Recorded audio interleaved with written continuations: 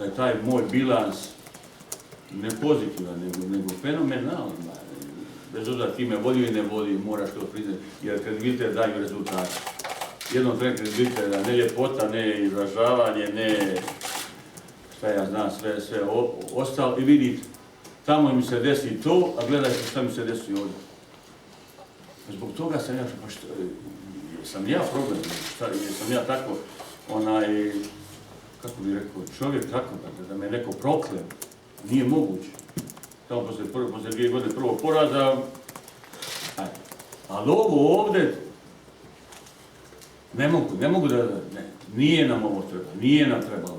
Moglo se fino, mi smo imali, rekli, džentlmenski, ako nije, to se dogovori da ma nije. To nisu nikakve pare, međutim sad su principi u pitanju i to onda, ne može se to tako. Možda nekim pretnjama i ovo, vidi, kažu neko pretnji, ićemo do istrebljenja. Pa to nije moguće, gospodo, mnogi nam se upotrebljavaju te riječi. Da me neko pretraši. A to nije, ja se nisam bojao nikad u životu. Odmah da vam kažem, neki su mi rekli, kad dođu, dignamo onaj moj bivši, znate šta mi je rekao? Pa evo dođe do onoga. I prije par dana mi je rekao, vidit ćeš ti to. Taj isti čovjek ponovno mi je rekao prije 15 dana. Pa evo, doživi ga ja. Prema tome, ali ja opet kažem, niti žalim, ja sam ponosan što sam vodio ovaj veliki klub. Sa puno dobrih ljudi sam se ovdje družio, ima puno dobrih, kvalitetnih ljudi. Možda između sebe malo bolje surađuju, to bi bilo bolje i ono, ali puno ima tu kvalitetnih ljudi, puno dobrih ljudi. Malo i samo treba to povezati i nemojte biti veliki profit. Možda ni jednog momenta ne žalim, ali ovo, sramim se što mi se ovo, ja volio da propo u zemlji. Bez obzira što je bilo neko filozofski, što ja kažem su ovo, mene ovo jako boli. Ovo mene jako boli, gospod. Dirnuto mi je nešto. Što ne smije niko. Niko!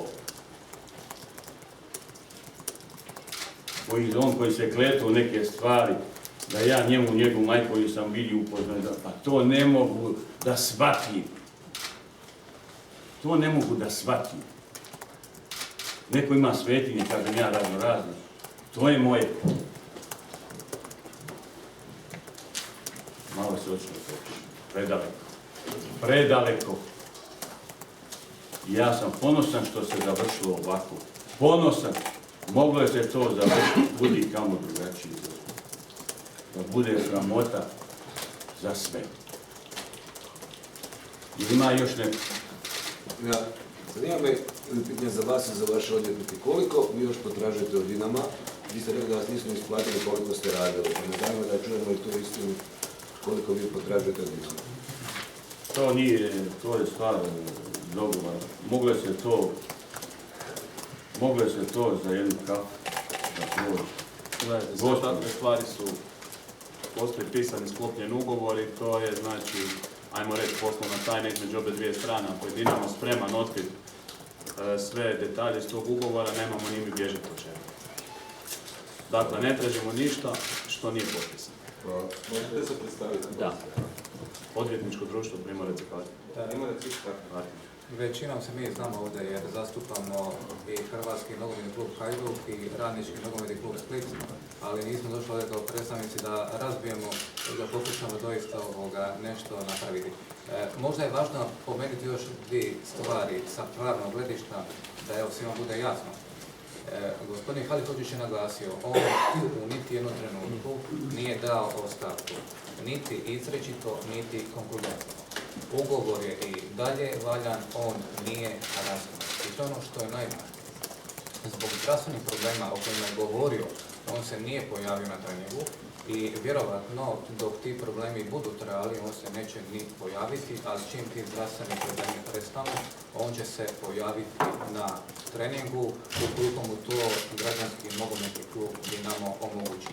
Mi smo u tom pogledu i uputili dopis građanskom nogometnom klubu Dinamo da se očituju jesu li zadovoljni sa radom gospodina Halihođića i čim dobijemo odgovor, onda ćemo znati reagirati. A ovo vidite, ja i nisam znao da je čak u Hajduku, da je Hajduk, to ja nisam znao. Da vam kažem. Ali i Split je tu. Split isto, pa da vam kažem, ja nisam znamo, evo prvi put čujem.